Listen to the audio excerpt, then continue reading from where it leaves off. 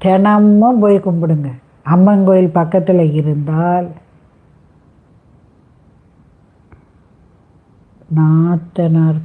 நாத்தனார் கொடுமையா?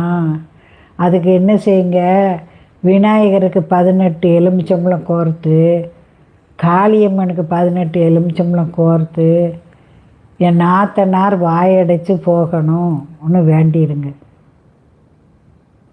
முதல்ல விநாயகருக்கு அம்மா சாத்துங்க, என் நாத்தனார் வாயடைச்சு போகணும், அந்த தொல்லை தீரணும்,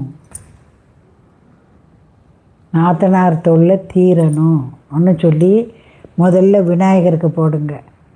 அந்த கையோடையே பக்கத்தில் காளியம்மன் இருக்கல்ல, காளியம்மனுக்கு அந்த நாத்தனார் தொல்லை தொலையணும் ஒன்று வேண்டிக்கிட்டே அந்த எலுமிச்சம்பழம் மாலையே போடுங்க.